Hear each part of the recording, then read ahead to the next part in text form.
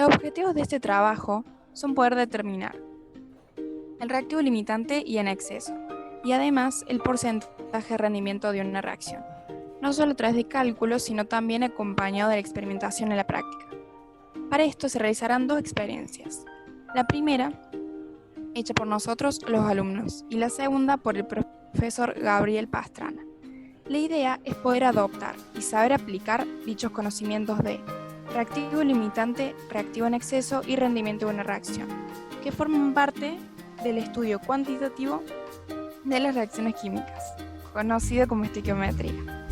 Además, podríamos mencionar otros objetivos relegados a un segundo plano, pero aún importantes, como asentar o reafirmar las bases de ciertos aprendizajes pasados, pero necesarios para esta actividad, como nomenclatura inorgánica y redox sobre todo, pero también tipos de sustancias y las medidas de bioseguridad en el laboratorio, aunque quizás estas dos últimas no son tan relevantes.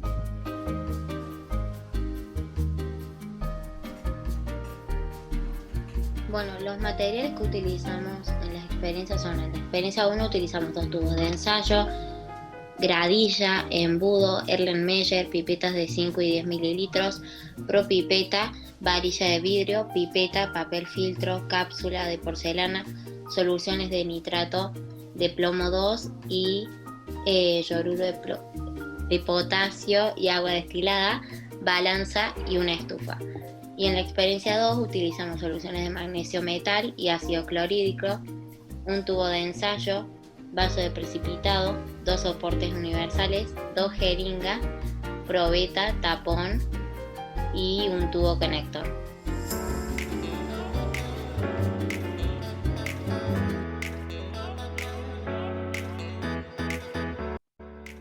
Proceso. En la experiencia 1, llamada lluvia de oro, primero debimos rotular los tubos de ensayo como 1 y 2 y pesar la balanza del papel filtro que necesitaremos más adelante. Luego pesamos 0,12 gramos de yoduro de potasio. Lo pasamos con la ayuda del embudo al tubo de ensayo 1 y le agregamos 5 mililitros de agua destilada hasta lograr disolver. Lo mismo hicimos con el nitrato de plomo 2. Pesamos 0,10 gramos y le agregamos 5 mililitros de agua destilada en el tubo de ensayo 2. Seguido de esto, mezclamos las dos soluciones incoloras en un solo tubo de ensayo. Se debe formar un precipitado insoluble amarillo, que es el yoduro de plomo 2. Luego, agitar, calentar hasta romper el hervor en el mechero y rápidamente enfriar en canilla o vaso de precipitado con hielo, que en nuestro caso utilizamos el hielo. Se puede grabar o fotografiar a oscuras y se notará la conocida reacción lluvia de oro. Esto se debe a que el yoduro de plomo, formado al mezclarse yoduro de potasio y el nitrato de plomo 2, es un compuesto mucho más soluble en caliente que en frío. Si el recipiente donde se ha dado la reacción anterior se calienta, el precipitado se disuelve y al enfriarse de nuevo se forma un precipitado en forma de escamas brillantes, denominado lluvia de oro. Por último, para terminar la experiencia, pesar el papel filtro a utilizar con la misma balanza anterior y colocar en el embudo, luego colocar el embudo en el Erlenmeyer y disponer el tubo agitándolo para filtrar. Si es necesario, verter agua destilada para sacar todo lo que queda en el tubo de ensayo. Disponer el papel filtro en una cápsula de porcelana o un vidrio reloj directo a estufa. Una vez que el papel filtro se secó, sacar el vidrio reloj o la cápsula y dejar enfriar 3 minutos. Pesar, dejar enfriar 2 minutos y pesar.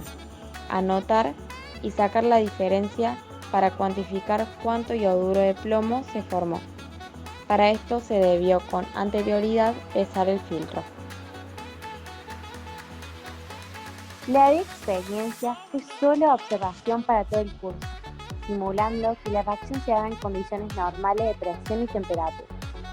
Primero, el profesor preparó la estructura que consistía en un tubo de ensayo, el cual contenía el ácido clorhídrico, que poseía un tampón conectado con un tubo de vidrio que llevaba al vaso de precipitado, el cual contenía agua hasta su debido borde. Además, tenía una probeta dada vuelta con mucha agua, en forma de hacer contacto con la superficie del agua del vaso de precipitado y que no quedase oxígeno en esa parte. En un primer momento pesamos un pequeño trozo de magnesio metal de 0,18 gramos, un dato muy importante para luego realizar los cálculos. Y luego lo colocamos en el tubo de ensayo. Al ser un metal que reacciona con los ácidos y entrar en contacto con el ácido clorhídrico, comienza a liberar hidrógeno, notando unas pequeñas burbujitas, debido a que es una reacción exotérmica. El hidrógeno liberado, como todo gas, va a tender a expandirse. De este modo, va a desplazar el aire del tubo a la probeta, por lo que va a bajar el volumen del agua determinado. Para ello, necesitamos las jeringas, para que no se rebalse el recipiente, y por último, nos fijamos los mililitros de hidrógeno producido para calcular el rendimiento de nuestra reacción.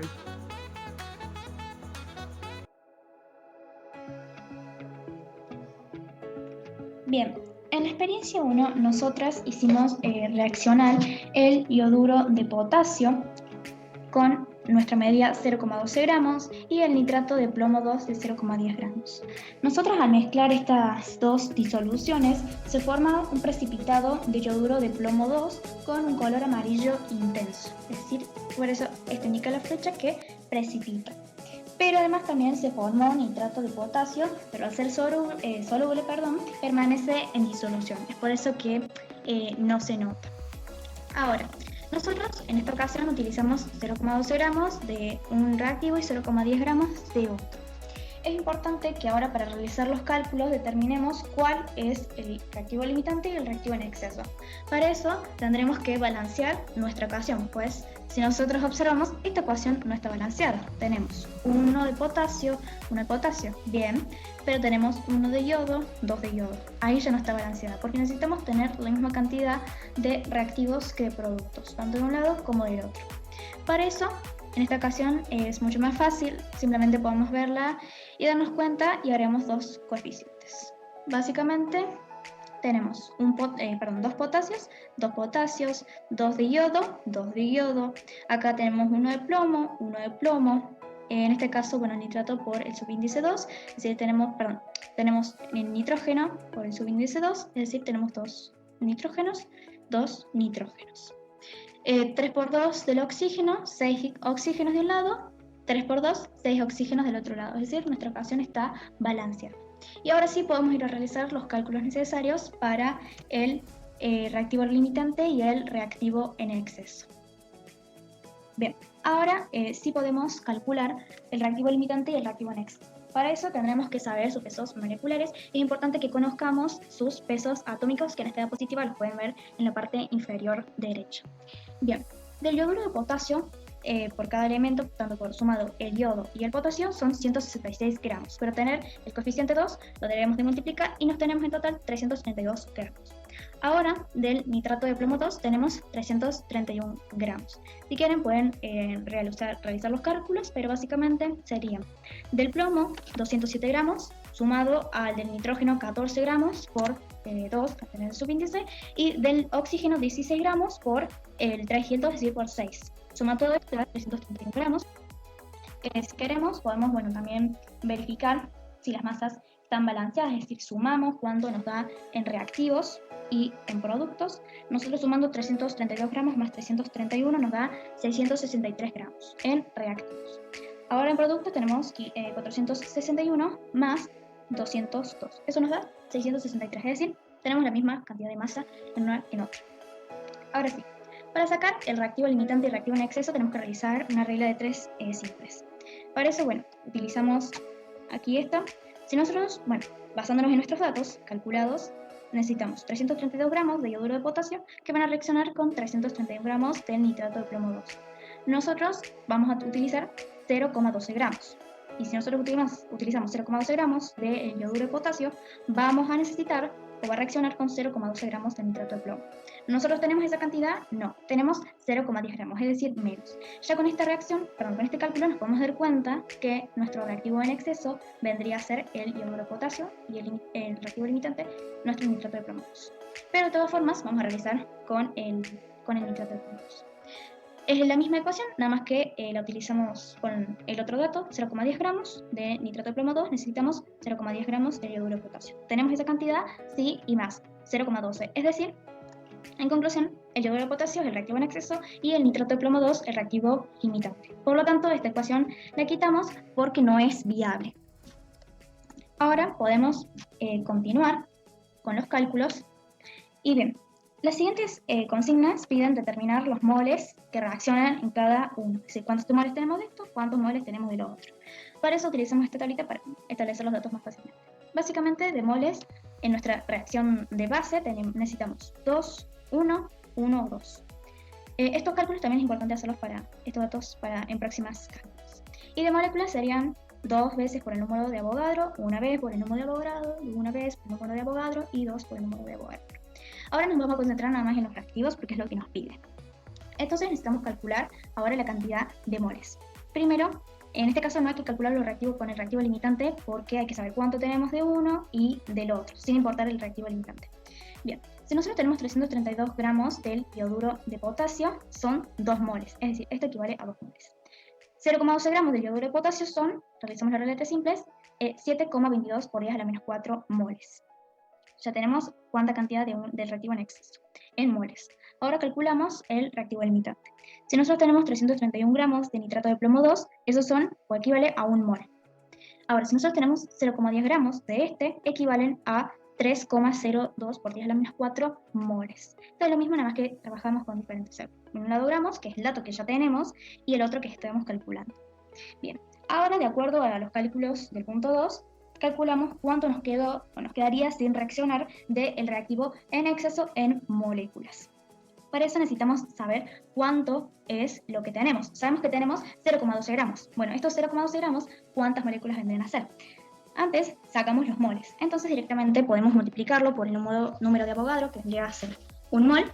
Así que hacemos el 7,22 por 10 a la menos 4 por 6,022 por 10 a la 23. Eso nos da 4,351 por 10 a la 20 moléculas. Es decir, esta es la cantidad de moléculas que nosotros tenemos en el reactivo en exceso. Pero no las vamos a utilizar todas porque va a llegar un punto en que nuestro nitrato de plomo 2 se va a acabar. Y ahí nos va a quedar este exceso justamente. Bien. Este número del 4,351 por 10 a la 23 moléculas lo podemos sacar haciendo esta regla de 3 simples que hicimos antes. 1 mol equivale a 6,022 por 10 a la 23, en este caso moléculas, y nosotros tenemos esta cantidad de moles, nos dan tantas moléculas. O directamente podemos hacer, si estos 332 gramos son entonces 2 moles, es decir, 1,204 por 10 a la 24 moléculas del iodo de potasio, entonces 0,12 gramos son, y tenemos exactamente el mismo resultado. Ahora sí, esta es la cantidad que nosotros tenemos, pero necesitamos saber cuánta vamos a utilizar. Para eso nos basamos en nuestros cálculos y en nuestros datos obtenidos anteriormente. Si nosotros tenemos, ahora en estos casos, sí necesitamos trabajar con el reactivo limitante porque es cuánto vamos a obtener, y eso es en base al nitrato de plomo 2, nuestro reactivo limitante. Si nosotros tenemos 331 gramos de nitrato de plomo 2, este va a reaccionar con cierta cantidad de moléculas de iodo de potasio. Podemos decir que podemos decir que 331 gramos de nitrato de plomo 2 reaccionan con los 332 gramos de iodo de potasio como hicimos antes. Pero nosotros necesitamos trabajar con gramos y con moléculas, porque es lo que vamos a obtener. Entonces, 331 gramos de nitrato de plomo 2 van a reaccionar con 1,204 por 10 a la 24 moléculas de iodo de potasio. Si nosotros tenemos 0,10 gramos de nitrato de plomo 2, realizamos la regla de 3 simples, nos va a dar que para 0,10 gramos vamos a necesitar 3,637 por 10 a la 20 moléculas del iodo de potasio. Entonces, esta es la cantidad de moléculas que vamos a utilizar. Y esta es la cantidad que nosotros tenemos realmente. Entonces, simplemente basta con hacer una resta, por menos y nos va a dar el resultado. Entonces, respondiendo a la consigna 3, nosotros tenemos 7,22 por 10 a la menos 4 moles del yoduro de potasio, 3,02 por 10 a la menos 4 moles del nitrato de plomo 2, y del reactivo en exceso en moléculas nos quedaron sin reaccionar 7,14 por 10 a la 19 moléculas restantes. Bueno, ahora pasando a la pregunta 4. Teóricamente, ¿cuántos gramos, moles, moléculas de sal binaria se producen? Bien, ahora estaríamos pasando no a los reactivos, sino a los productos. Bien, ahora pasamos a los productos. Bien, esto es muy importante porque nos va a servir para luego tener nuestro rendimiento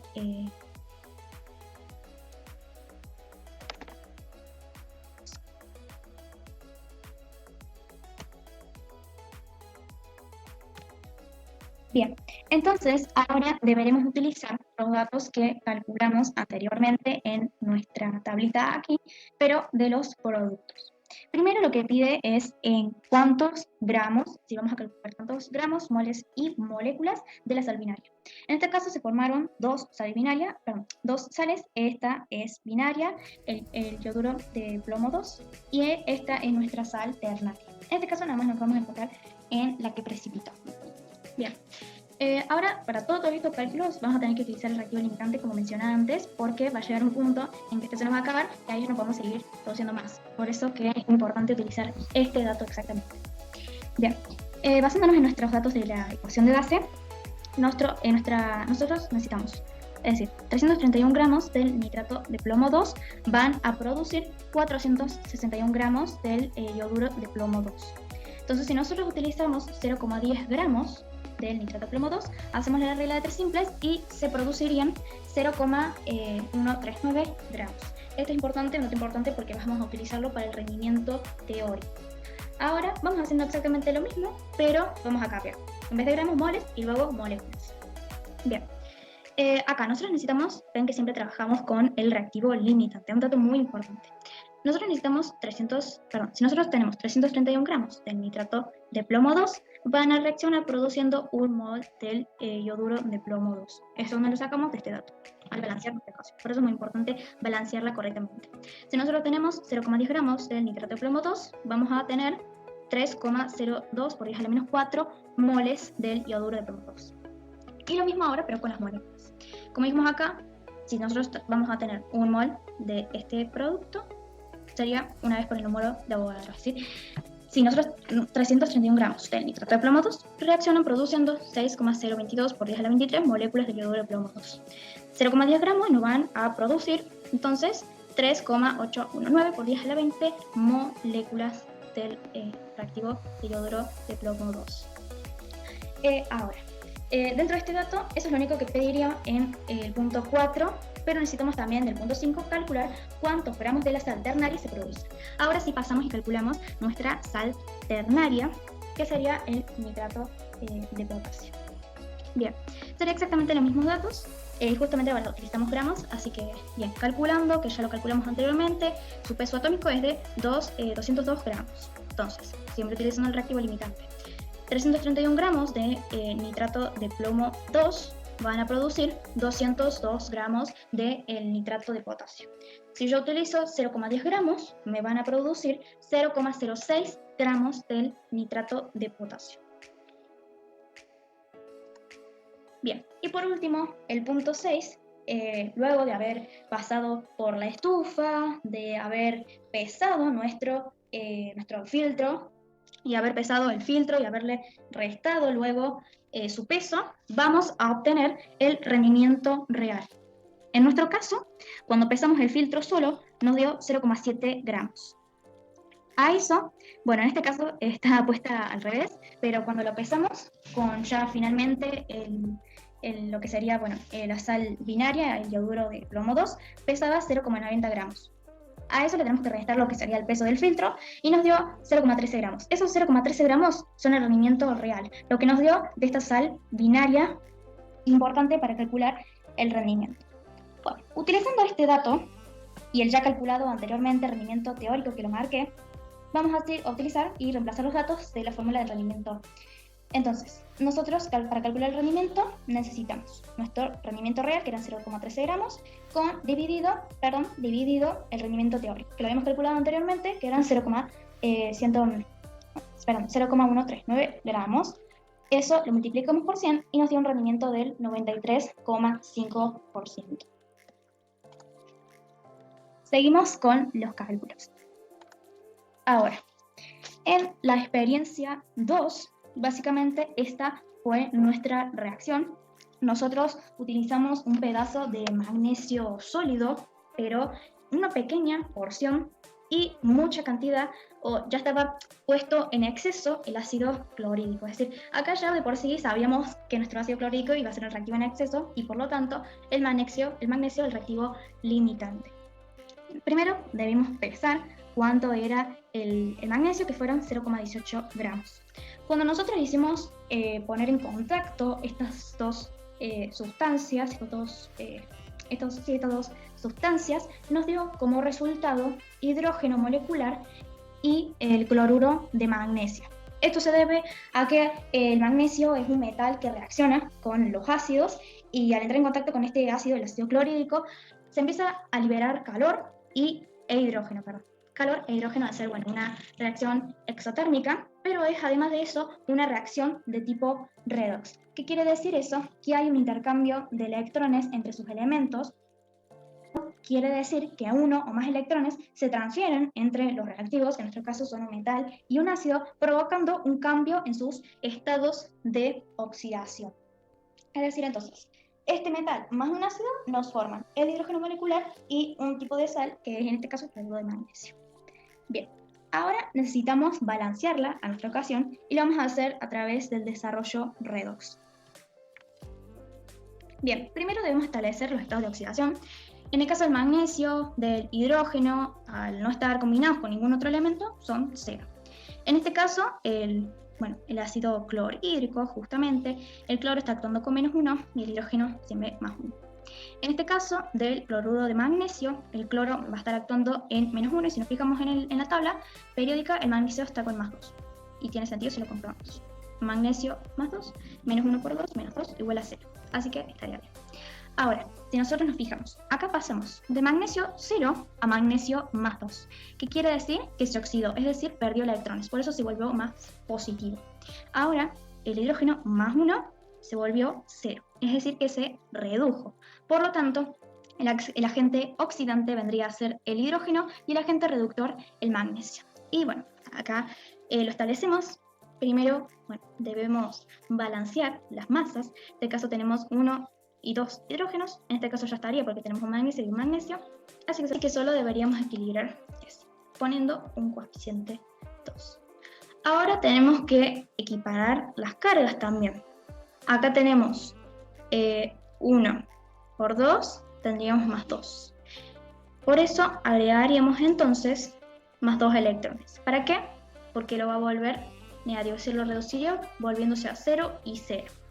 Y en este caso fue lo mismo. Acá teníamos el magnesio +2, le agregamos 2 electrones, se vuelve 0. Entonces ya equiparamos las cargas. Una vez que igualamos los electrones perdidos con los ganados mediante un factorio, en este caso simplemente tenemos 2 electrones y 2 electrones, los podemos cancelar y establecemos la ecuación iónica, que en este caso sería, los reactivos, que los traemos tal cual, y los productos.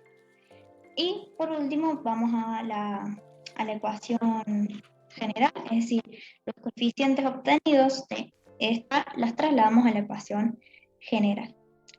Es decir, todo se mantuvo igual, con la excepción de que agregamos el coeficiente 2 en el ácido clorhídrico. Comprobamos, tenemos un magnesio, 2 hidrógenos, 2 cloros y 2 cloros. Y así quedaría balanceado. Bien, ahora que la balanceamos, podemos seguir trabajando para realizar los cálculos correctamente. Bien, Luego de que se consumió el metal, leímos en la probeta cuánto hidrógeno molecular se había formado y bueno, claramente el dato fue en mililitros. Esto fue muy importante porque es el rendimiento real parecido al experimento 1. En este caso estaría acá, nos dio 124 mililitros. Muy importante el rendimiento real. Bien, ahora deberemos de sacar, según nuestras actividades, las moléculas de sal formada, es decir, del cloruro de magnesio, el volumen de hidrógeno molecular. Este dato es muy importante porque va a ser nuestro rendimiento teórico y luego calcular finalmente el rendimiento, el porcentaje de rendimiento.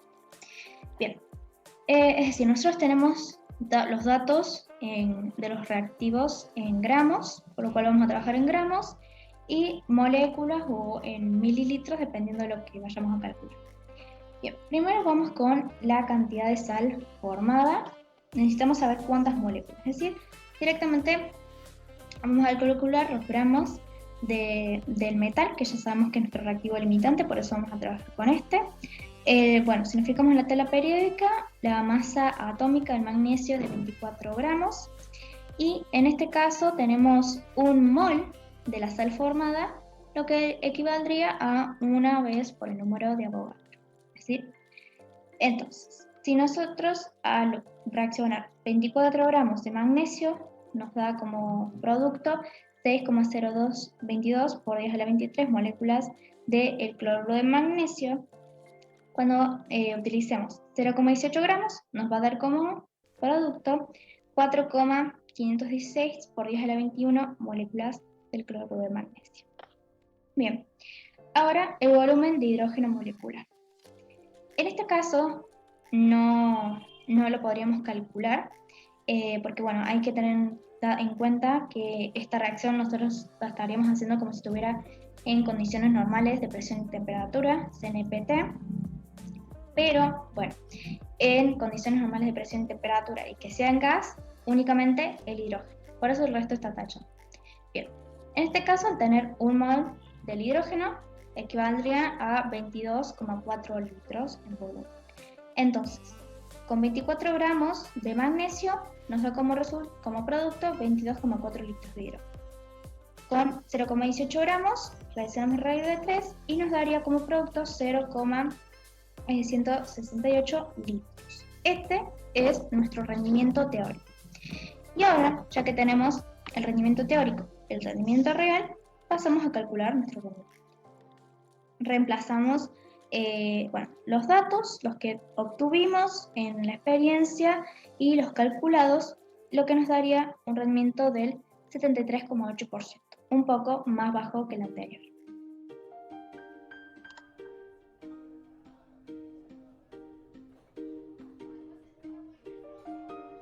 En la primera experiencia, la lluvia de oro, obtuvimos como resultado lo deseado, es decir, un preparado de soluciones de hidruro de potasio y nitrato plumboso, formándose una lluvia de oro como se puede ver en la imagen. El reactivo limitante es el nitrato plumboso y el reactivo en exceso es el hidruro de potasio. Nuestro rendimiento fue exitoso ya que logramos pasar el 90%, llegando a la conclusión del 93,5%. En la experiencia 2 también nos dieron los resultados que necesitábamos y se formó cloruro de magnesio e hidrógeno molecular. El reactivo limitante es el magnesio metal y el reactivo en exceso es el ácido clorhídrico. En esta nuestro rendimiento bajó, obteniendo un 73,8%. Podemos decir que con los cálculos y procedimientos realizados se pudo lograr los objetivos propuestos. Además, adquirimos nuevos conocimientos y pudimos aplicar los saberes aprendidos en el año y plasmarlo en la práctica.